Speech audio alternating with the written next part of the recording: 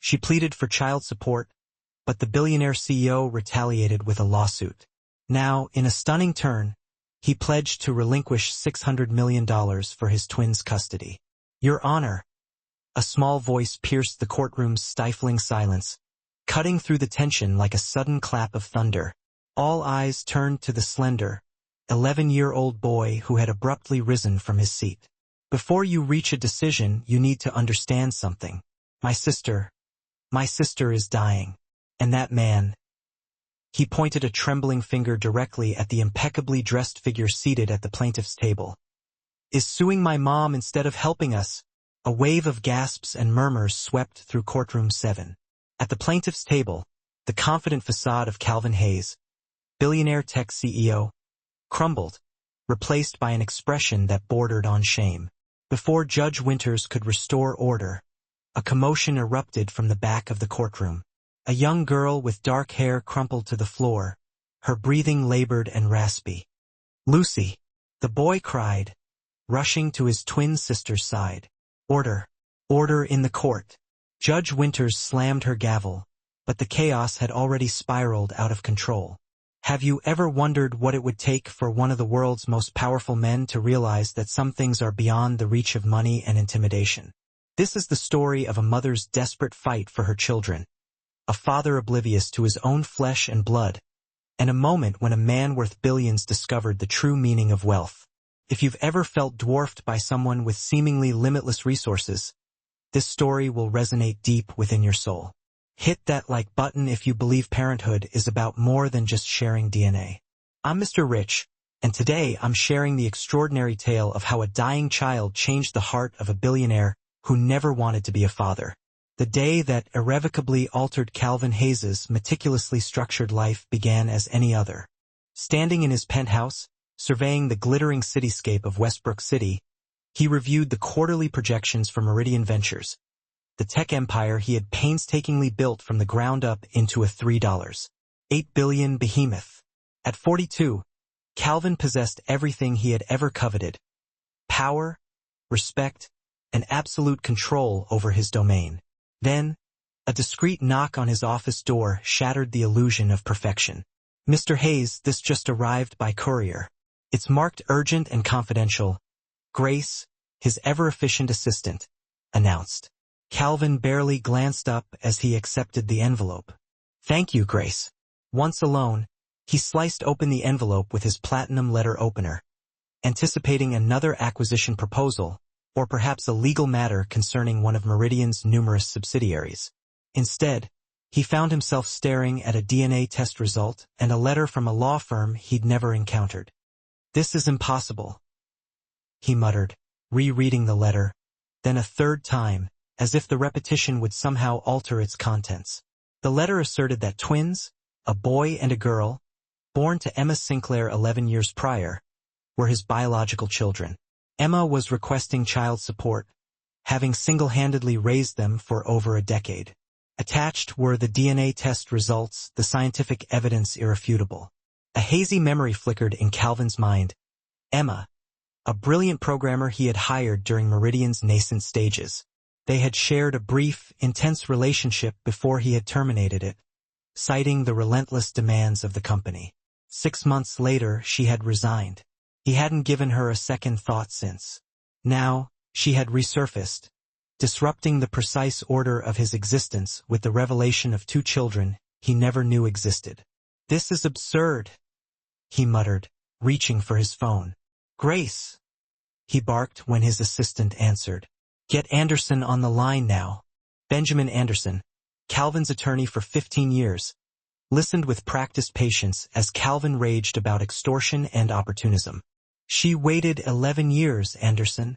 11 years of silence, and now, just as Meridian is about to go public, suddenly she needs money? This is a shakedown, plain and simple. Calvin fumed, pacing the length of his expansive office. Perhaps, Anderson replied, his tone measured, but the DNA results appear legitimate. And if these are your children, they're not my children. Calvin interrupted sharply. Biology isn't parenthood. I've never met them, never raised them. They're strangers who happen to share some genetic material.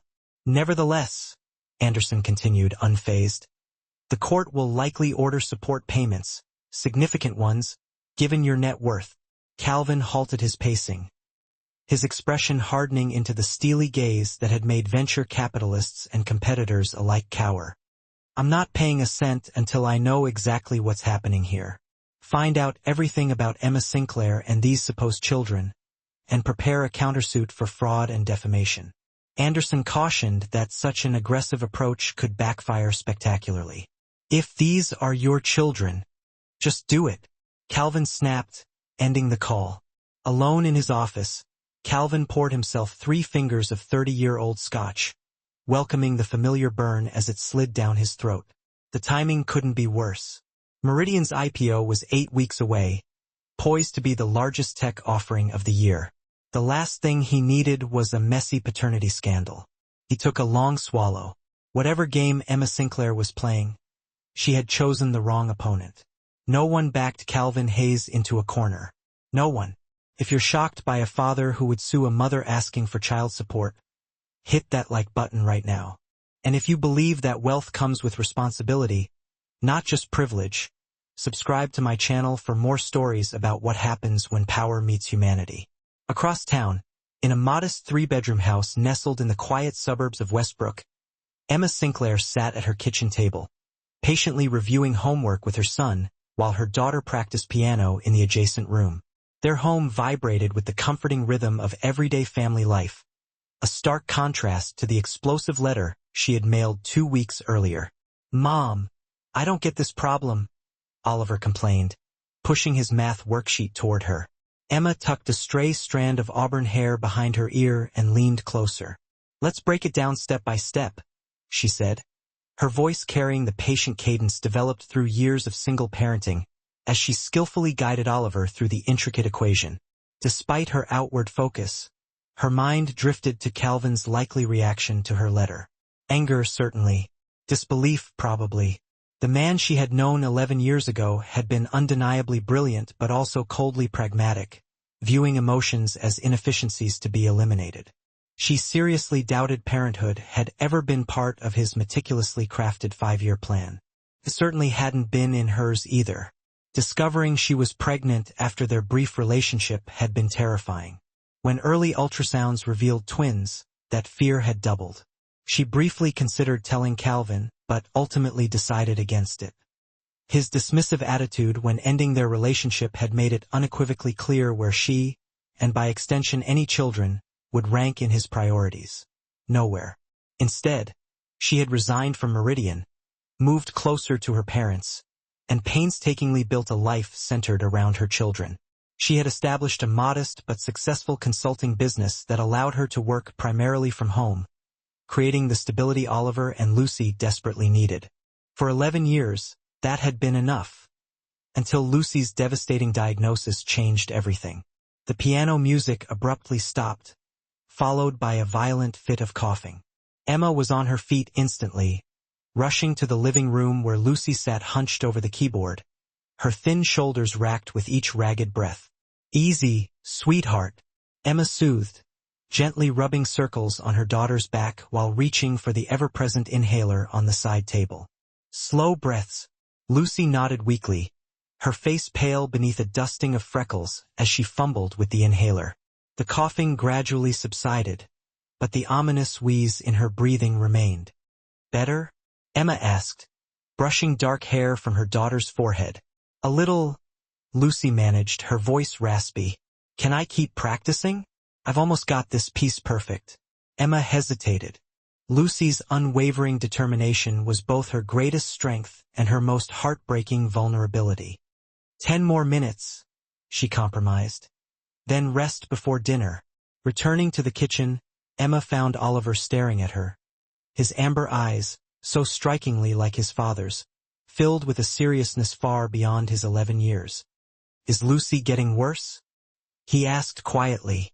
Emma considered sugarcoating the truth, then vehemently rejected the idea. She had always been honest with her children, even about the most difficult things. "The new medication isn't working as well as we hoped," she admitted. "But Dr. Mitchell is exploring other options." What she didn't say was that those other options included experimental treatments not covered by insurance. Treatments that cost more than she could earn in 5 years. Treatments that might be Lucy's only chance. That was why, after 11 years of unwavering independence, she had finally reached out to Calvin. Not for herself, but for the daughter he had never met, whose very life might depend on his resources. "Is that why you contacted our father?" Oliver asked, his perceptiveness catching her completely off guard. Emma stilled. "How did you know about that?" "I heard you talking to Grandma," he confessed. "And I saw the letter from the lab with the DNA results." Emma sighed, sinking into the chair beside him. "Yes, that's part of it. Lucy's treatments are very expensive, and legally, your father has a responsibility to help support you both." "But he doesn't even know us," Oliver pointed out, his expression troubled. "What if he doesn't want to?" The question pierced Emma's heart. It was the same fear that had kept her awake at night since mailing that fateful letter. "His feelings don't change his obligations," she said carefully. "Sometimes, adults have to do the right thing, even when it's difficult or unexpected." Oliver considered this, then asked the question Emma had been dreading. "Will we meet him?" "I don't know," she answered honestly. "That would be up to him, and to the courts," she added silently.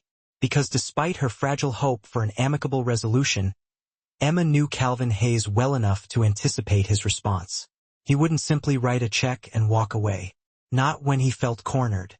He would fight, using every resource at his disposal. The doorbell rang, interrupting her spiraling thoughts. Emma wasn't expecting anyone, and solicitors rarely ventured into their quiet, family-oriented neighborhood. "Keep working on your math," she told Oliver, rising to answer the door. Through the peephole, she saw a tall man in an impeccably tailored suit, his very posture radiating power and authority. Her heart stuttered in her chest as recognition dawned. 11 years had added subtle touches of silver to his dark hair and etched lines of unwavering determination around his mouth, but Calvin Hayes was unmistakable. Emma took a deep, steadying breath, steeling herself for what was to come before slowly opening the door. Whatever happened next would irrevocably change all their lives. "Hello, Calvin," she said quietly. "I've been expecting you." His amber eyes, the same eyes that now watched her curiously from the kitchen, narrowed slightly. "We need to talk," he said, his voice as commanding as she remembered. "About these children you claim are mine." Behind her, the piano music stopped again. In the sudden silence, Emma could hear Lucy's labored breathing, a constant, agonizing reminder of why she had finally broken her silence. "They're not a claim, Calvin," she replied, stepping back to allow him entry.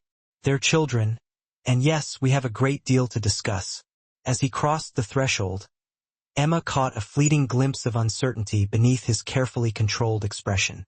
For all his immense wealth and power, Calvin Hayes was about to face something he couldn't control, negotiate, or dismiss. The undeniable truth that he was a father, whether he wanted to be or not. Calvin's gaze swept the modest living room, taking in the worn but comfortable furniture, the framed photos chronicling the twins' lives at various ages, the upright piano where a dark-haired girl now watched him with weary eyes. "So," he said, his voice deliberately neutral, "these are the children." "Yes," Emma replied. "Oliver and Lucy. This is Calvin Hayes." Oliver had followed from the kitchen, instinctively positioning himself protectively near his sister. "You're our biological father," he said, the careful phrasing making it abundantly clear. He saw a significant distinction between biology and actual fatherhood. Calvin's jaw tightened. "That remains to be determined." "The DNA test was quite clear," Emma countered. "Tests can be manipulated," Calvin replied coldly, "especially when billions of dollars are at stake." Lucy's sudden coughing fit interrupted the tense exchange. Her thin frame shook with the exhausting effort to breathe, her face paling alarmingly. "Lucy!" Emma rushed to her daughter's side, grabbing the inhaler from the side table. "Here, sweetheart." Slow breaths. Calvin watched, momentarily forgotten as mother and daughter focused on the immediate crisis. The girl's obvious distress seemed genuine, her struggle for breath frightening in its intensity. For a fleeting moment, something that might have been concern flickered across his face. "Is she ill?" he asked when the coughing subsided. "Yes," Emma answered simply, still gently rubbing Lucy's back. "That's part of what we need to discuss." "Convenient," Calvin muttered, though with less conviction than before. Oliver stepped forward, his young face set in firm lines of anger. "My sister has pulmonary fibrosis. She needs a new treatment that costs more than Mom can afford. That's why she contacted you after all this time. Not because of your stupid company going public." "Oliver," Emma cautioned, but the damage was done.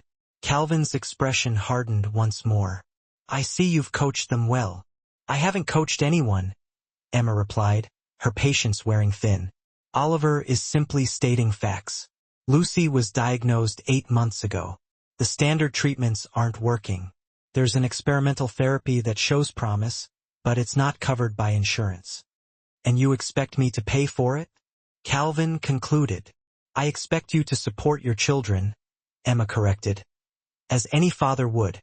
Calvin's laugh was short and bitter. "I'm not a father.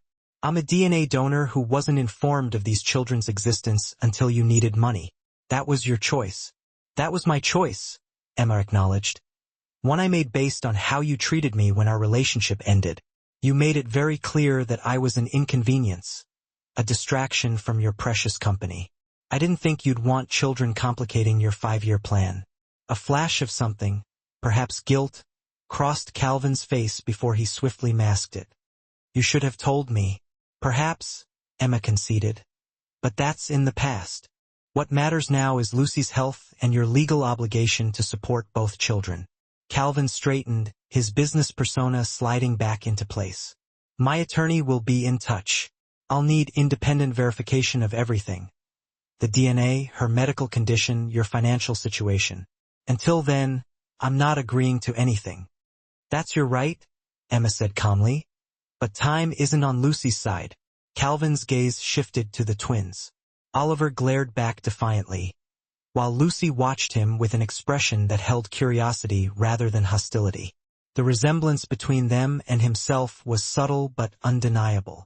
Oliver had his eyes and jawline, while Lucy had his high cheekbones and the slight dimple in her left cheek when she frowned. Something uncomfortable twisted in Calvin's chest. He ruthlessly pushed it aside. "I'll be in touch," he said curtly, turning toward the door. "Mr. Hayes," Lucy's soft voice stopped him. "Do you like Chopin?" The unexpected question caught him completely off guard. "Ah, yes, the nocturnes particularly." A small smile touched her pale lips. "Me too. I was practicing the nocturne in E-flat major when you arrived." For a moment, Calvin seemed at a loss for words. Then he nodded stiffly and left without another word. In his car, Calvin sat motionless, his hands gripping the steering wheel. The girl's question had rattled him more than he cared to admit.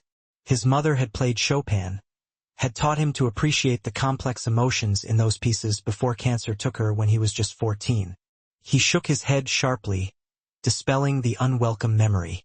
This was a legal and financial matter, nothing more. These children might share his DNA, but they weren't his responsibility in any meaningful sense. Emma had made that decision 11 years ago. Pulling out his phone, he called Anderson. "I want everything," he said without preamble. "Medical records, school reports, financial statements.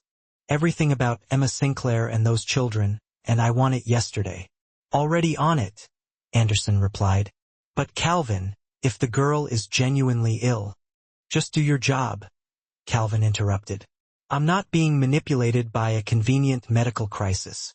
As he ended the call, Calvin couldn't quite shake the image of Lucy's pale face as she struggled to breathe, or the protective stance Oliver had taken beside his sister, or the way the girl had asked about Chopin, as if seeking some connection, however tenuous, with the stranger who had helped create her. 3 days later, Emma opened her front door to find a courier holding an envelope. Her stomach dropped as she signed for it, already knowing what it contained. Inside were legal papers, not an offer of child support but a lawsuit. Calvin Hayes was suing her for fraud, defamation, and intentional infliction of emotional distress.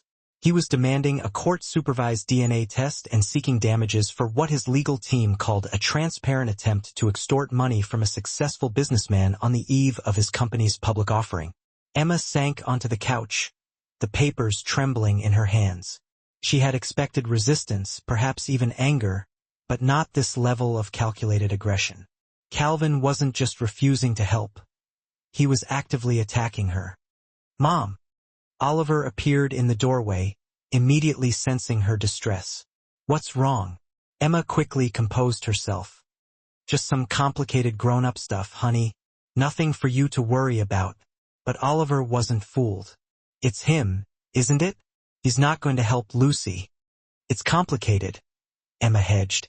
"These things take time to work out." "We don't have time," Oliver said, his young voice cracking with emotion. "Lucy's getting worse. I hear her breathing at night." Emma pulled her son into a tight hug, wishing she could shield him from these adult concerns. "I'm going to figure this out," she promised. "No matter what." After the children were asleep, Emma called the only lawyer she knew, her cousin's husband, who handled real estate transactions. His advice was blunt and discouraging. "Emma, this is way beyond my expertise. Hayes has one of the most aggressive legal teams in the country. You need a specialist in family law, someone with experience going up against serious money." "I can't afford a specialist," Emma replied, desperation edging into her voice. "I can barely afford you. Let me make some calls," he offered. "There might be someone willing to take this on contingency given the high profile." 2 days and 14 rejections later, Emma was rapidly losing hope. Every attorney she contacted either couldn't afford to take on Calvin Hayes or wanted a retainer she couldn't possibly afford. Then her cousin's husband called back. "I found someone, Maggie Bennett. She's made a career out of taking on powerful men in family court, and she's willing to meet with you tomorrow." Maggie Bennett's office was nothing like Emma had expected. Instead of the sleek, intimidating space typical of high-powered attorneys, it was warm and unpretentious, with comfortable furniture and walls lined with framed newspaper articles about her cases. Maggie herself was also a surprise, a woman in her 50s with silver-streaked dark hair and a no-nonsense demeanor that somehow managed to be comforting rather than intimidating. "So," she said after Emma had painstakingly explained the situation, "Calvin Hayes thinks he can bully you into silence with a countersuit." "Yes," Emma confirmed. "And it's working. I can't afford this legal battle, and meanwhile, Lucy's condition is deteriorating." Maggie studied the medical reports Emma had brought.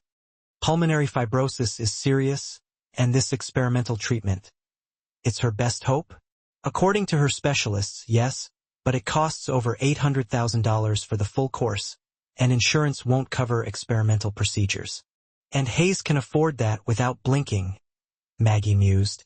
"Yet he's chosen to sue you instead." She leaned forward, her expression intent. "Emma, I'll take your case. No retainer required.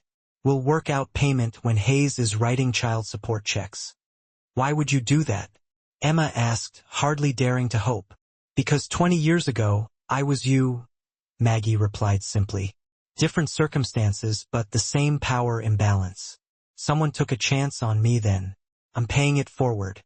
2 weeks later, Emma found herself in courtroom 7 of the Westbrook County Courthouse. Maggie Bennett beside her, facing Calvin Hayes and his team of 3 attorneys led by Benjamin Anderson. Judge Rebecca Winters, a veteran family court judge known for her no-nonsense approach, studied both parties over her reading glasses. "Let me be clear," she began. "This court's primary concern is the welfare of the minor children. Mr. Hayes, your countersuit appears designed to intimidate rather than seek the truth. Miss Sinclair, your delay in informing Mr. Hayes of his paternity is troubling.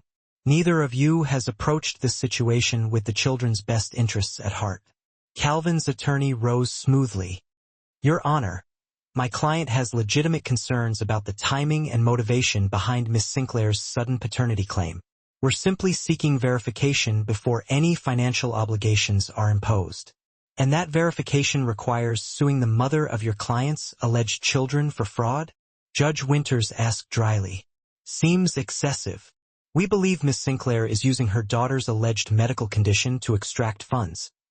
Anderson continued, emphasizing the word alleged in a way that made Emma's blood boil. Maggie stood.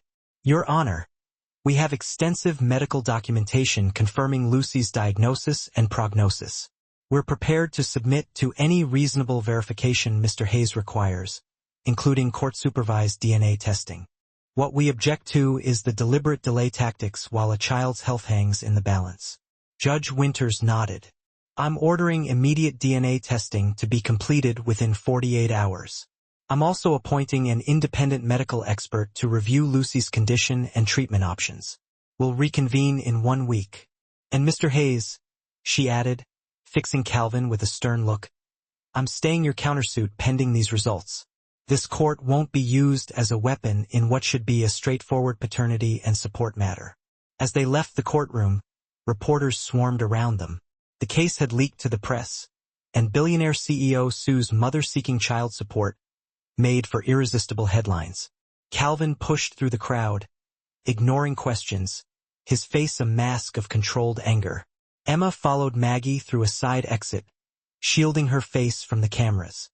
Is this going to hurt Lucy and Oliver? She asked once they were safely in Maggie's car. We'll protect them as much as possible, Maggie promised. But Hayes made this public when he filed that aggressive countersuit. He's not just fighting you anymore. He's fighting public opinion, and that's a battle even billionaires sometimes lose. If you're disgusted by how wealth and power can be weaponized against those with fewer resources, hit that like button right now. And if you believe that every child deserves support from both parents, subscribe to my channel for more stories about justice and family. The DNA results, to no one's surprise, except perhaps Calvin's, confirmed with 9,998% certainty that he was the father of both twins. The independent medical evaluation not only verified Lucy's diagnosis but also emphasized the urgency of beginning the experimental treatment.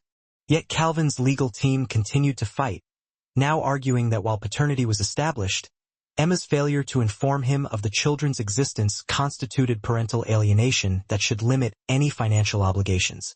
He's still trying to punish me, Emma told Maggie as they prepared for another hearing. Even at Lucy's expense. Men like Hayes hate losing control, Maggie replied. But he's overplayed his hand. Judge Winters sees exactly what he's doing. What neither of them knew was that Calvin had begun his own independent investigation into Lucy's condition, entirely separate from his legal team's relentless efforts. He secretly consulted with top pulmonary specialists, meticulously researched the experimental treatment Emma sought, and even paid an unannounced visit to the research facility developing it, all without informing his high-powered attorneys. Something fundamental had shifted within him since the undeniable DNA results arrived. A reluctant acknowledgement that these children were, in fact, his biological offspring had begun to take root. It didn't magically transform him into their loving, doting father, but it undeniably created an uncomfortable sense of profound responsibility that he could no longer entirely dismiss. The relentless media coverage wasn't helping his carefully cultivated image either.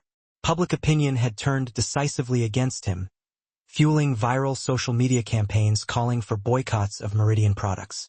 Several influential investors were expressing growing concern over the negative publicity surrounding Meridian and were privately urging him to quickly and quietly resolve the messy situation. Concern lingered about the potential fallout on the impending IPO. You need to settle this, Calvin, his PR director had practically pleaded that morning. The optics are disastrous. You're painting yourself as the billionaire who'd rather watch his daughter die than open his wallet. She's not my daughter, not in any real sense, Calvin had snapped back, the words laced with a coldness that chilled even his own heart. And I don't bow to public pressure or emotional extortion. But now, alone in the sterile silence of his office that evening, the city lights twinkling like distant stars below, Calvin found himself staring not just at the headlines, but at the stark reality of the medical reports his private investigator had meticulously compiled. The reports told a harrowing tale, a grim countdown of Lucy's rapidly diminishing chances without intervention. The experimental treatment, however risky, offered a sliver of hope, a lifeline that was quickly fraying. For the first time, the carefully constructed walls around Calvin's heart began to crumble. He allowed himself, against his every instinct, to truly contemplate what hung in the balance. It wasn't about his money, a resource so vast it had become almost abstract. It wasn't about his reputation, a carefully polished shield he wielded against the world. It was about a child's life, a fragile flame flickering in the face of a relentless wind. A child who, regardless of the messy circumstances of her birth, carried his DNA, the blueprint of his very being. A child who, he learned, played Chopin with a passion that mirrored his own ambition, and who possessed his mother's endearing dimple when she smiled, a detail that struck him with unexpected force. The next court hearing commenced with an air of palpable tension, the usual legal theatrics replaced by an unsettling quiet. Emma and Maggie, their faces etched with weariness and a guarded hope, took their seats. Their eyes immediately locked on Calvin, sitting alone at the plaintiff's table, devoid of his usual entourage of high-powered attorneys. "Where's Anderson?" Maggie whispered, her voice laced with suspicion. Before Emma could respond, Judge Winters, a woman known for her no-nonsense demeanor and keen legal mind, entered the courtroom, her presence commanding instant attention. "This court is now in session. I understand there have been some developments since our last session," she said, her gaze fixed directly on Calvin. "Mr. Hayes, I'm informed you've dismissed your legal team for today's hearing. Would you care to explain?" Calvin rose, his posture still rigid, a testament to his ingrained self-control, but his expression was noticeably less combative, the hard edges softened by a flicker of something that resembled hesitation. "Your Honor, I've decided to represent myself for this portion of the proceedings. I have some matters I'd like to address directly." Judge Winters raised a skeptical eyebrow, but offered a curt nod. "Very well, proceed." Calvin turned slightly, his gaze meeting Emma's for a fleeting moment. He saw not accusation or bitterness in her eyes, but a raw vulnerability that mirrored his own growing unease. He then addressed the court, his voice surprisingly steady. "I've had the opportunity to thoroughly review all medical documentation pertaining to Lucy Sinclair's condition. I've also consulted independently with leading specialists in pulmonary fibrosis." He paused, taking a deep breath. "It's clear that her condition is both genuine and serious." A murmur rippled through the courtroom, the hushed whispers a testament to the unexpected nature of his statement. This was a seismic shift from his previous stance, a complete reversal of the narrative he had so carefully constructed. "Furthermore," Calvin continued, his voice gaining strength, "I acknowledge that the DNA results conclusively establish my paternity of both children. While I maintain that Ms. Sinclair should have informed me of their existence years ago, that issue is entirely separate from my obligations going forward." Judge Winters leaned forward, her eyes sharp and assessing. "Are you indicating a change in your position regarding child support, Mr. Hayes?" "I am," Calvin confirmed, the words ringing with a newfound conviction. "I'm prepared to cover all medical expenses for Lucy's treatment, as well as establish appropriate ongoing support for both children." Emma gasped softly, a wave of disbelief washing over her. Beside her, Maggie looked equally stunned, her eyes wide with cautious hope. "That's a significant shift, Mr. Hayes," Judge Winters observed, her voice betraying a hint of surprise. "May I ask what prompted this change of heart?" Calvin hesitated, the silence stretching, an unusual display for a man known for his decisive nature. "I visited the research facility developing the treatment Lucy needs. I spoke with the doctors there about her specific case. The reality of her situation became clearer to me." What Calvin didn't say, couldn't bring himself to articulate in the sterile formality of the courtroom, was that he'd also seen videos of Lucy in the hospital during her most recent crisis. Videos his investigator had obtained, snippets of her fragile existence captured in the cold, unblinking eye of a camera. Watching her struggle for each precious breath, seeing the raw, unadulterated fear in her eyes, had affected him in ways he hadn't anticipated, shattering his carefully constructed defenses. For the first time, he'd seen her not as a financial obligation or a legal problem, but as a child in pain, a vulnerable human being clinging to life.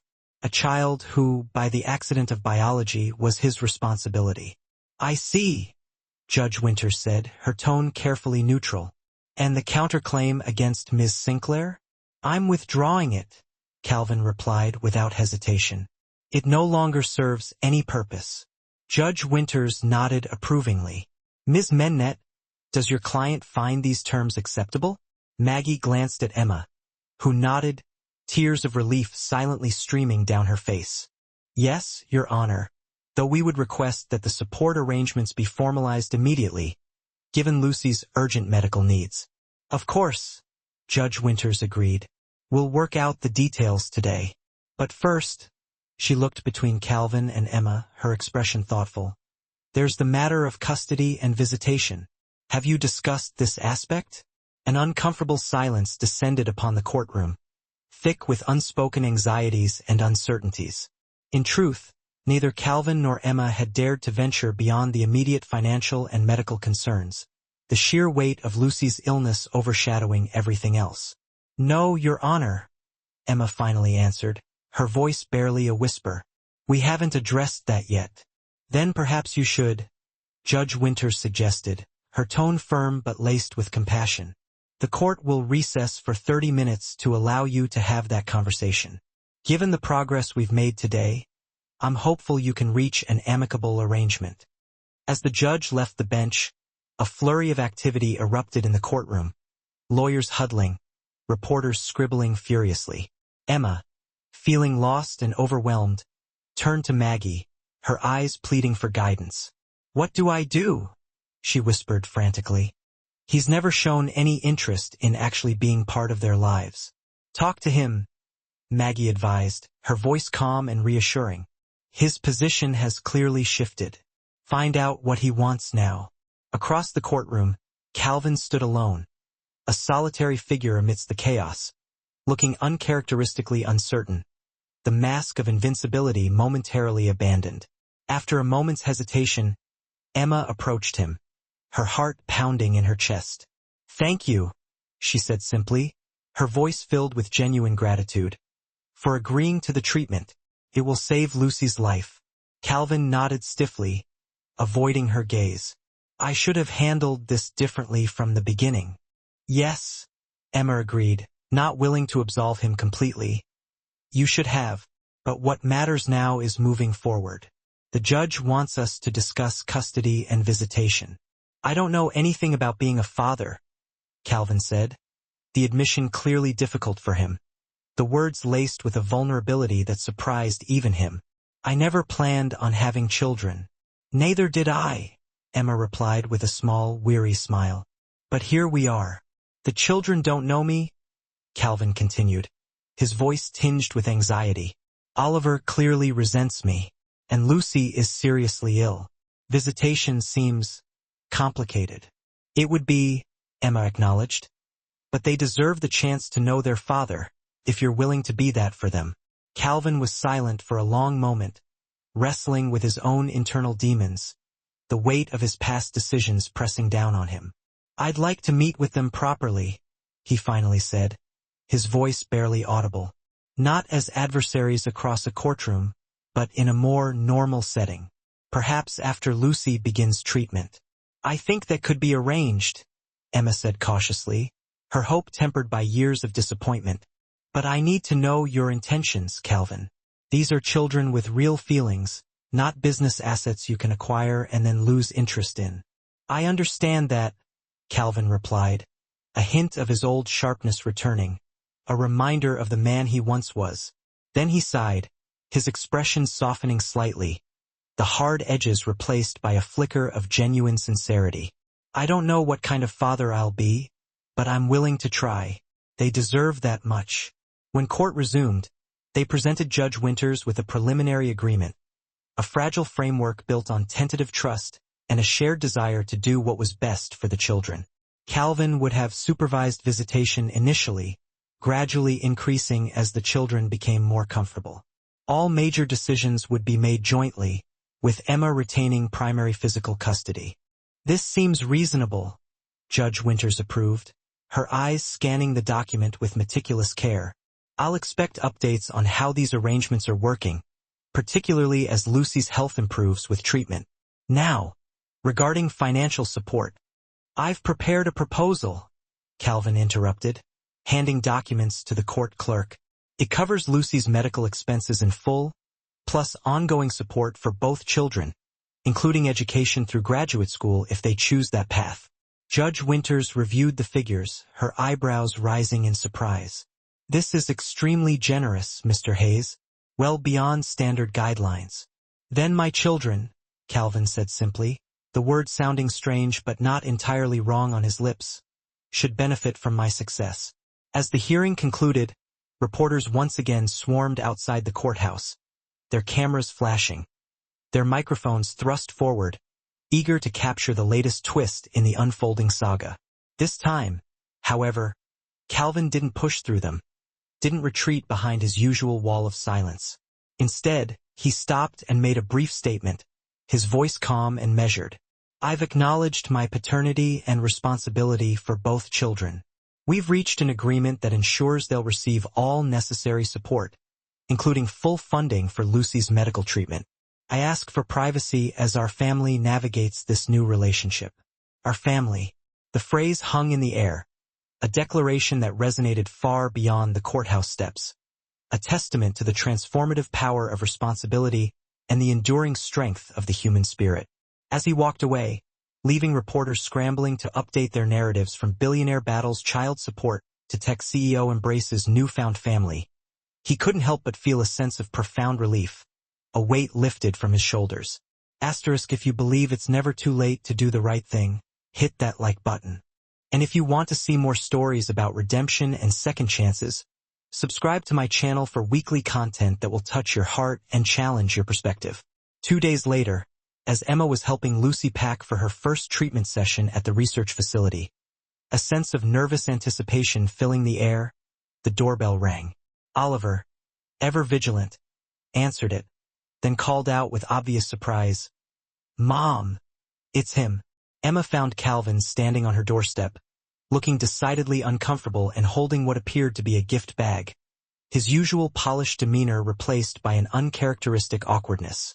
"I thought I might see Lucy before she leaves for treatment," he explained hesitantly. "If that's acceptable." Emma hesitated, her mind racing, weighing the potential benefits and risks of this unexpected visit. Then, seeing the genuine concern etched on Calvin's face, she nodded. "She's in her room. I'll ask if she feels up to visitors." To Emma's surprise, Lucy was eager to see Calvin, her initial apprehension quickly replaced by a childlike curiosity. "He's really paying for my treatment?"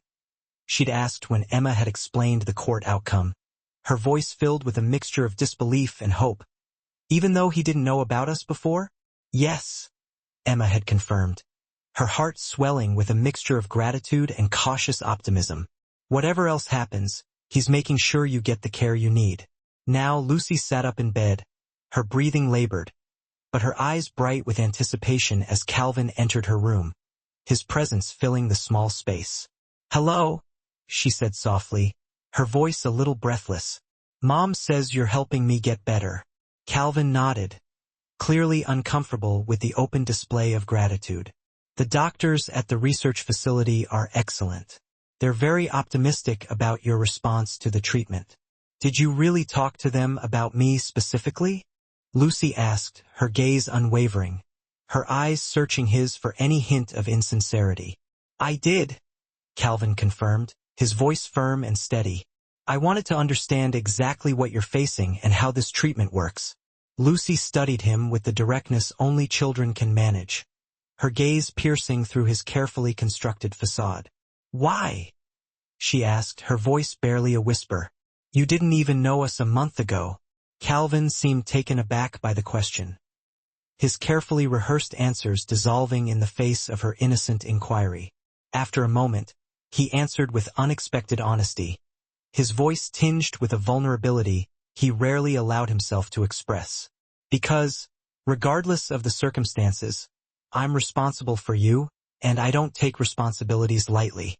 Lucy considered this, her brow furrowed in thought. then nodded as if it made perfect sense. That's what Mom always says too. About responsibility.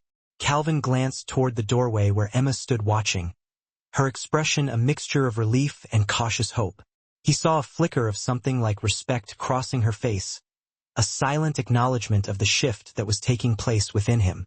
"I brought you something," he said, turning back to Lucy and offering the gift bag. "For your hospital stay." Lucy opened it curiously, pulling out a small, sleek, high-quality portable speaker, its design both elegant and functional. "Thank you," she said politely, "but I already have headphones." "This is different," Calvin explained, a hint of a smile playing on his lips. "It's loaded with recordings of all of Chopin's nocturnes, performed by different pianists across the last century. I thought you might find it interesting to hear the different interpretations while you're recovering." Lucy's eyes widened, her face lighting up with genuine excitement. "You remembered I like Chopin?" "Yes," Calvin said simply, the single word carrying a weight of unspoken emotion. "That's really thoughtful," Lucy said, examining the speaker with newfound appreciation. "Thank you." An awkward silence fell, broken when Oliver appeared in the doorway beside his mother, his presence radiating a mixture of protectiveness and suspicion. "We need to finish packing, Lucy," he said, his tone making it clear he was creating an excuse to end Calvin's visit. "The car is coming in an hour." Calvin took the hint, sensing the underlying tension in the room. "Of course, I won't keep you." He moved toward the door, then paused, turning back to Lucy. "The facility has agreed to keep me updated on your progress, but perhaps you could let me know how you're feeling, too, if you want to." Lucy smiled, a genuine expression that transformed her pale face, her eyes sparkling with hope. "I'd like that." In the hallway, Oliver confronted Calvin directly, his young face hardened with resentment. "Just because you're paying for Lucy's treatment doesn't make you our dad," he said, his voice tight with emotion, the words carrying the weight of years of unspoken pain. "A real father doesn't sue his kid's mother." Calvin met the boy's angry gaze steadily, not flinching from the raw emotion directed at him. "You're right," he acknowledged, surprising both Oliver and Emma, his voice filled with a sincerity that was impossible to ignore. "My initial response was inexcusable. I was thinking of myself, not of you or your sister." "Oliver," Emma cautioned, her voice laced with concern, sensing the potential for a volatile confrontation. "Mr. Hayes is trying to make amends." "It's all right," Calvin said, waving off Emma's concerns. "He has every right to be angry." He addressed Oliver directly, his voice calm and respectful. "I don't expect you to forgive me immediately, or to accept me as your father. That has to be earned, and I haven't done anything to earn it yet.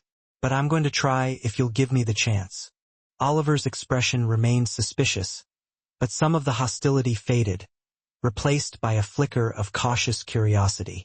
"Lucy's treatment is what matters right now," he said, his voice still guarded, but the edge of anger softened. "We can figure out the rest later." "A wise perspective," Calvin agreed, a hint of a smile playing on his lips. "Your sister is lucky to have you looking out for her." As Calvin prepared to leave, he hesitated at the front door, turning back to Emma, his expression serious. "Emma, there's something else we should discuss. Not now, but soon." "What is it?" Emma asked wearily, her mind already consumed with the logistics of Lucy's treatment. "The IPO," Calvin replied, his voice carefully measured. "Meridian goes public in 6 weeks, and as my acknowledged biological children, Oliver and Lucy are entitled to a portion of my founding shares. It's a significant inheritance, one that will affect their futures. We should discuss how to manage it." Emma stared at him, momentarily speechless, struggling to comprehend the implications of his words. "I wasn't expecting that." "Neither was I," Calvin admitted, a flicker of wry amusement crossing his face. "But my legal team pointed out that as my acknowledged heirs, they have certain rights that activate automatically. I prefer to handle this proactively, rather than leaving it to chance or future litigation." "Of course," Emma agreed, her mind reeling from the unexpected turn of events. After Lucy's treatment begins, we can discuss it. Calvin nodded and turned to leave, then paused again, his hand resting on the doorknob. For what it's worth, Emma, you've done an extraordinary job with them. They're remarkable children. The compliment, unexpected and seemingly genuine, caught Emma off guard, disarming her with its sincerity. Thank you, she said softly, her voice filled with a mixture of surprise and gratitude. As Calvin walked to his car, Emma watched him with mixed emotions, her mind struggling to reconcile the man she had known with the man he was becoming. The man who had sued her just weeks ago was now funding Lucy's treatment and acknowledging his children's inheritance rights. People didn't change that fundamentally that quickly, did they? Yet, something had undeniably shifted in Calvin Hayes, a transformation that was both perplexing and hopeful. Whether it was seeing Lucy's condition firsthand, facing public backlash, or simply confronting the reality of his biological children, the cold, calculating businessman had shown glimpses of something more human beneath the polished exterior, a flicker of compassion that had ignited a spark of hope within her. 3 weeks into Lucy's treatment, Calvin requested a meeting with Emma at his office, his tone suggesting the urgency of the matter. She arrived apprehensive, unsure what new development warranted a formal discussion in such a setting. Calvin's executive suite occupied the entire top floor of Meridian's headquarters, a monument to his ambition and success. Floor-to-ceiling windows offered panoramic views of the city, a sprawling landscape of steel and glass that stretched out before them like a testament to his power. Emma remembered visiting this building years ago as a junior programmer, fresh out of college, never imagining she'd one day be meeting its owner as the mother of his children, her life inextricably intertwined with his. "Thank you for coming," Calvin greeted her, his demeanor unusually formal, the easy camaraderie of their recent interactions replaced by a carefully guarded politeness. "Please sit down." Emma took the offered chair, her eyes darting around the opulent office, taking in the sleek furniture, the expensive artwork, the subtle displays of wealth that spoke volumes about the man who inhabited this space. Her gaze then fell on the thick folder on his desk, its contents a mystery that filled her with a sense of unease. "Is everything all right? The hospital says Lucy is responding well to treatment." "She is," Calvin confirmed, his voice calm and reassuring. "Her doctors are very optimistic. That's not why I asked you here." He opened the folder, revealing a stack of legal documents, their pages filled with complex jargon and imposing legal seals. "These are my revised estate plans, including provisions for Oliver and Lucy. I'd like you to review them." Emma skimmed the first page, her eyes widening in disbelief as she struggled to comprehend the figures before her. She looked up in shock, her voice barely a whisper. "Calvin, this says you're placing $600 million in trust for the twins." "Yes," he confirmed, his voice matter-of-fact. "It's approximately 15% of my current net worth, divided equally between them. The trust will be managed professionally until they're 25, with provisions for education, health care, and reasonable living expenses before then." "This is excessive," Emma said, struggling to comprehend the enormity of the offer, her mind reeling from the sheer scale of his generosity.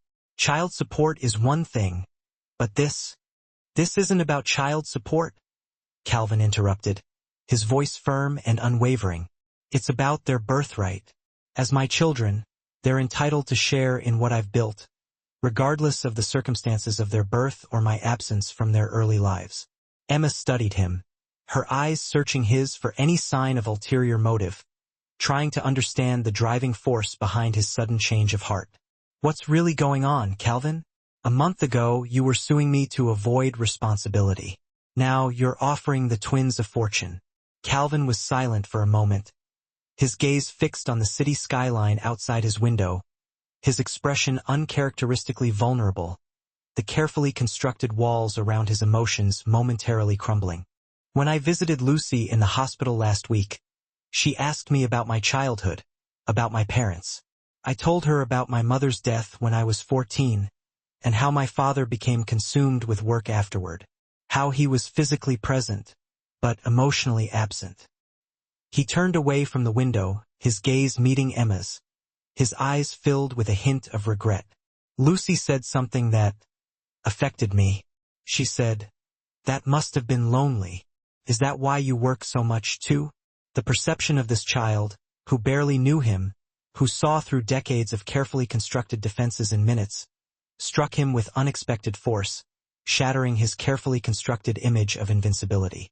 Emma waited, sensing he needed to finish this rare moment of self-reflection, needed to articulate the emotions that had been buried deep within him for so long. "I built Meridian to prove something," Calvin continued, his voice filled with a quiet intensity. "To my father, to the world, to myself. I measured success in dollars and market share, because those were quantifiable, tangible achievements that could be measured and compared. Relationships, family, those were messy, unpredictable variables I couldn't control. So I eliminated them from the equation." He turned back to face her, his eyes filled with a mixture of regret and determination. "I don't know how to be a father, Emma, but I do know how to provide security and opportunity. This trust is my way of ensuring that Oliver and Lucy never face the financial insecurity that drove my father to neglect everything but work after my mother died." Emma was touched by his honesty, seeing for the first time the wounded boy beneath the billionaire's armor, the vulnerable human being hidden behind the facade of success. "Money isn't what makes a parent, Calvin. Presence does. Consistency. Love." "I know," he acknowledged, his voice barely a whisper. "The trust is just the beginning. I'm hoping. I'd like to be more involved in their lives, if they're willing." "If you're willing, that would mean significant changes to your lifestyle," Emma pointed out, her voice laced with concern. "School events, weekend activities, ordinary family time. Not exactly compatible with running a global tech company." "I'm aware," Calvin said, his gaze unwavering. "I've been reconsidering my priorities since meeting them. Meridian has a strong executive team. After the IPO, I'm planning to step back from day-to-day operations." Emma couldn't hide her surprise, her eyes widening in disbelief. "You do that? For children you barely know?" "For children I'd like to know," Calvin corrected, a hint of a smile playing on his lips. "For the chance to be something more than my father was. For the opportunity to leave a legacy that matters more than stock options and market capitalization. Asterisk if you believe that true wealth isn't measured by bank accounts, but by the relationships we build, hit that like button right now. And if you want more stories about what really matters in life, subscribe to my channel and join our community of people who believe in the power of second chances." 1 year later, Calvin sat in the audience of Westbrook Middle School's spring recital, watching Lucy perform Chopin's Nocturne in a flat major, his heart swelling with pride and gratitude. Her fingers moved confidently across the keys, no longer hindered by weakness or interrupted by coughing, her talent shining through with a brilliance that belied her young age. The experimental treatment had exceeded all expectations, halting the progression of her disease and significantly improving her lung function, giving her a new lease on life. Beside him, Oliver leaned forward intently, his initial hostility gradually replaced by a cautious acceptance as Calvin had proven week after week that his commitment to being present in their lives wasn't just a temporary impulse, but a genuine desire to be a part of their world. Emma sat on Calvin's other side, their co-parenting relationship evolving into an unexpected friendship built on mutual respect and shared pride in their children's accomplishments, the scars of their past disagreements slowly fading with time. As Lucy finished her piece to enthusiastic applause, Calvin found himself applauding not just her musical talent, but the journey that had brought them all to this moment, the unexpected twists and turns that had led them to this place of shared joy and connection. The twins now split their time between Emma's home and a more modest house Calvin had purchased nearby, a deliberate step away from his penthouse lifestyle towards something that could accommodate family dinners and homework sessions, a symbol of his commitment to prioritizing family over career. Meridian Ventures had gone public successfully, making Calvin even wealthier on paper, though he now measured his wealth differently, valuing the intangible assets of love and connection above all else. In Oliver's grudging request for help with his science project, in Lucy's smile when he attended her doctor's appointments, in the gradual building of trust with two remarkable children he nearly lost to his own pride and fear, he found a fulfillment that had eluded him for so long. She was amazing, Calvin whispered to Emma as Lucy took her bow, his voice filled with genuine admiration. She was, Emma agreed, her eyes shining with pride. She's been practicing that piece for months. She wanted it to be perfect for tonight because you were both here. Oliver added unexpectedly, his voice tinged with a newfound affection. She said it was the first time her whole family would hear her play. Her whole family. The phrase caught Calvin off guard, a warm feeling spreading through his chest, a sense of belonging that he had never experienced before. He'd gained and lost billions in business deals throughout his career, but nothing had ever felt as valuable as those simple words from his son. As they waited for Lucy after the performance, Calvin reflected on the strange path that had led him here, the unexpected twists and turns that had brought them all together. A certified letter he'd initially viewed as a threat had ultimately offered him something his money could never buy, the chance to be more than just a successful businessman, to be someone's father, to matter in ways that transcended balance sheets and board meetings. "Dad!" Lucy called, rushing toward them with her certificate in hand, her face beaming with happiness. "Did you hear the middle section? I finally got it right." "It was perfect," Calvin assured her, still marveling at how naturally she now called him Dad, a title he'd once rejected, but now treasured above all his others. As they walked toward the exit as a family, unconventional and still finding their way, but a family nonetheless, Calvin caught Emma's eye over the children's heads. "Thank you," he said quietly, his voice filled with genuine gratitude. "For not giving up, for giving me the chance to know them." Emma smiled, the last of the old resentments finally fading, replaced by a sense of peace and acceptance. "Everyone deserves a second chance," she replied, her voice soft but firm. Calvin winced, then laughed. "I'm never going to live that down, am I?" "Not a chance," Emma confirmed with a grin. "But that's what family is. The people who never let you forget your mistakes, but love you anyway. Family." It was a word Calvin Hayes had deliberately excluded from his vocabulary for decades, a concept he had deemed irrelevant to his pursuit of success. Now, it defined him more fundamentally than any title or net worth ever could. And that, he reflected as they stepped into the evening together, was the most unexpected inheritance of all. Thank you for watching this story of redemption and second chances. If it touched your heart, please hit that like button and subscribe to my channel for more content that explores what truly matters in life. Share your thoughts in the comments below. Have you ever experienced how a child's perspective can change everything?